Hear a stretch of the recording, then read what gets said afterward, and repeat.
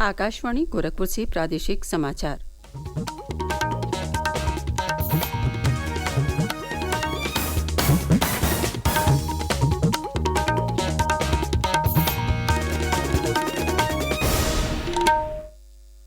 नमस्कार। समाचार बुलेटिन के साथ मैं सुषमा श्रीवास्तव। पहले मुख्य समाचार। अगले 2 साल में 1 लाख युवाओं को पुलिस में नौकरी देगी सरकार। मुख्यमंत्री योगी आदित्यनाथ ने वाराणसी में की घोषणा। वाराणसी के संपूर्णानंद संस्कृत विश्वविद्यालय में वैदिक 3D संग्रहालय का निर्माण कराएगी प्रदेश सरकार। ज्योतिष, खगोल विज्ञान और वैदिक साहित्य को समर्पित होगा संग्रहालय।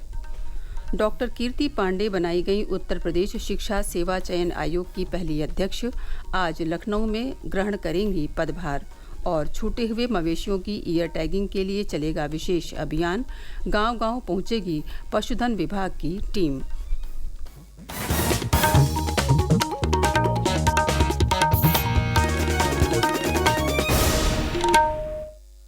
और अब समाचार विस्तार से। मुख्यमंत्री योगी आदित्यनाथ ने कहा है कि राज्य सरकार अगले 2 साल के भीतर 1 लाख युवाओं को पुलिस में नौकरी देगी। मुख्यमंत्री कल वाराणसी में भारतीय जनता युवा मोर्चा की तरफ से आयोजित 1 दिवसीय सदस्यता कार्यशाला के समापन सत्र को संबोधित कर रहे थे।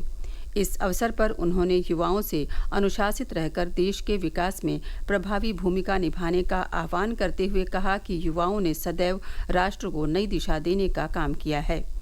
मुख्यमंत्री ने कहा कि राजनीति के साथ साथ जीवन के अन्य क्षेत्रों में भी नौजवान अपनी प्रतिभा और योग्यता के जरिए भारत को विकसित राष्ट्र की श्रेणी में ला सकते हैं। इसके लिए प्रबल इच्छा शक्ति जरूरी है। इस दौरान राज्य सरकार की जन कल्याणकारी और विकास योजनाओं की चर्चा करते हुए श्री योगी ने कहा कि युवाओं को इन योजनाओं का लाभ उठाकर स्वावलंबी बनना चाहिए। उन्होंने कहा कि फरवरी 2023 में हम लोगों ने इन्वेस्टर समिट किया।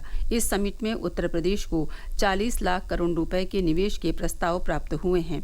40 लाख निवेश के प्रस्ताव का मतलब लगभग 1.5 करोड़ नौजवानों को सीधे सीधे नौकरी। मुख्यमंत्री योगी आदित्यनाथ कल चंदौली में अघोराचार्य बाबा कीनाराम के 425वें अवतरण दिवस समारोह में शामिल हुए। इस अवसर पर उन्होंने कहा कि कोई संत, महात्मा और योगी कभी भी सत्ता का गुलाम नहीं हो सकता, बल्कि वो अपने कदमों पर समाज को चलने के लिए प्रेरित करता है। यही कार्य बाबा कीनाराम ने आज से 425 वर्ष पूर्व जन्म लेकर अपनी दिव्य साधना से किया। मुख्यमंत्री ने कहा कि बाबा कीनाराम ने उच्च कुलीन परिवार में जन्म लेने के बाद भी बड़ी संख्या में जनजातियों और वंचितों के जीवन को बेहतर बनाने के लिए अनेक कार्य किए। उन्होंने भारत की सभी साधना विधियों को एक साथ जोड़कर काशी में क्रीं कुंड की स्थापना की। इस अवसर पर अघोराचार्य बाबा सिद्धार्थ गौतम राम, पूर्व केंद्रीय मंत्री डॉक्टर महेंद्र नाथ पांडेय सहित कई गणमान्य लोग उपस्थित रहे। प्रदेश सरकार प्रधानमंत्री नरेंद्र मोदी के संसदीय क्षेत्र वाराणसी में संपूर्णानंद संस्कृत विश्वविद्यालय के मुख्य भवन में एक वैदिक 3D संग्रहालय का निर्माण करने जा रही है। ये अत्याधुनिक संग्रहालय भारतीय ज्योतिष, खगोल विज्ञान और वैदिक साहित्य को समर्पित होगा। कल वाराणसी दौरे पर रहे मुख्यमंत्री योगी आदित्यनाथ ने संपूर्णानंद संस्कृत विश्वविद्यालय में अपने भ्रमण के दौरान ये घोषणा की। और अधिक विवरण हमारे संवाददाता से। ये 3D संग्रहालय वैदिक साहित्य के विकास को प्रदर्शित करेगा और 16 संस्कारों, 64 कलाओं और 18 विद्या संस्थानों के साथ साथ भारतीय संतों के योगदान पर प्रकाश डालेगा और शास्त्रार्थ की परंपरा को पुनर्जीवित करने के लिए एक मंच के रूप में काम करेगा। मुख्यमंत्री ने विश्वविद्यालय के ऐतिहासिक सरस्वती भवन में संरक्षित दुर्लभ पांडुलिपियों को देखा, जिनमें रास, पंचाध्यायी, श्रीमद् भागवत गीता और दुर्गा सप्तशती शामिल हैं। ये सभी स्वर्ण अक्षरों से अंकित हैं और विशेष कपड़े पर सोने की कलात्मकता से सजी हैं। मुख्यमंत्री ने परिसर के सभी विभागों के साइन बोर्ड को संस्कृत भाषा में करने का भी निर्देश दिया।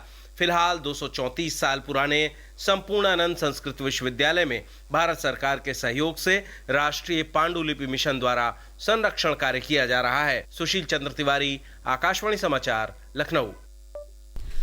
मुख्यमंत्री योगी आदित्यनाथ आज मुरादाबाद दौरे पर रहेंगे। वे सबसे पहले पुलिस प्रशिक्षण अकादमी में डिप्टी एसपी की पासिंग आउट परेड की सलामी लेंगे और इसके बाद रामपुर रोड पर आयोजित कार्यक्रम में करीब 400 करोड़ रुपए की परियोजनाओं का लोकार्पण और शिलान्यास करेंगे।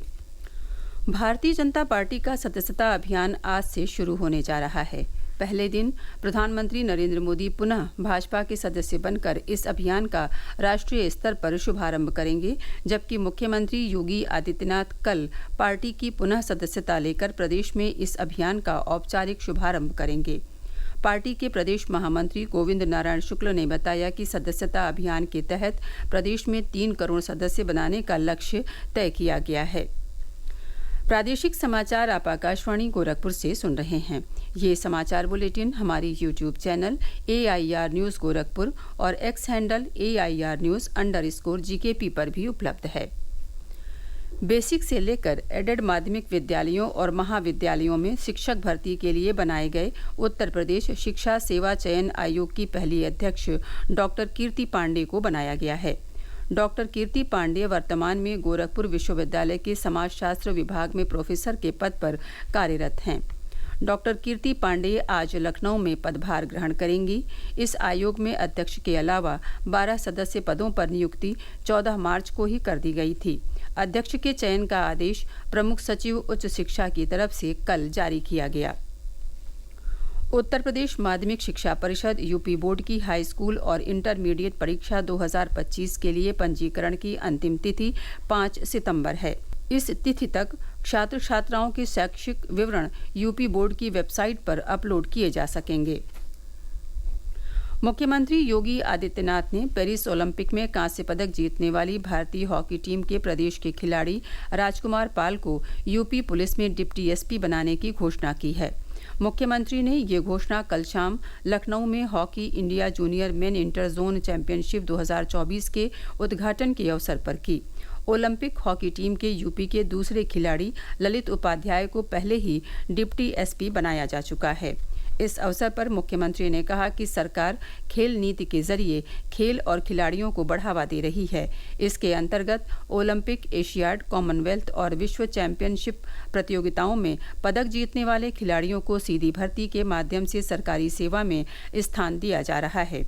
उन्होंने बताया कि प्रदेश सरकार अब तक 500 से अधिक खिलाड़ियों को अलग अलग सेवाओं में सरकारी नौकरी दे चुकी है। रेल मंत्री अश्विनी वैष्णव ने कल वर्चुअल माध्यम से रिमोट का बटन दबाकर और हरी झंडी दिखाकर पीलीभीत से मैलानी रेलखंड पर आमान परिवर्तन के बाद रेल सेवा का शुभारंभ किया। अपने वर्चुअल संबोधन में रेल मंत्री ने कहा कि प्रदेश में अब तक 157 स्टेशनों का पुनर्निर्माण किया गया है।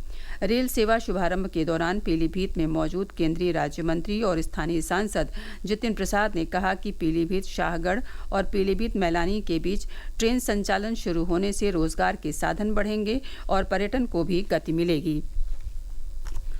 गोरखपुर के बढ़लगंज और मऊ के दोहरी घाट के रास्ते बेलथरा और बलिया तक की यात्रा करने वाले लोगों के लिए यूपी रोडवेज की नई बस सेवा का आज शुभारंभ होगा। गोरखपुर से बलिया के लिए ये बस सेवा प्रतिदिन 3 फेरों में उपलब्ध होगी। पशुओं और पशुपालकों का सटीक ब्यौरा सहेजने और खुले में घूम रहे निराश्रित गोवंश पर अंकुश लगाने के लिए सभी छूटे हुए मवेशियों की ईयर टैगिंग का विशेष अभियान शुरू किया जा रहा है। सितंबर से दिसंबर तक चलने वाले इस अभियान के तहत पशुधन विभाग की टीम गांव-गांव जाकर ईयर टैगिंग करेगी। ये अभियान पशुगणना के साथ साथ चलाया जाएगा।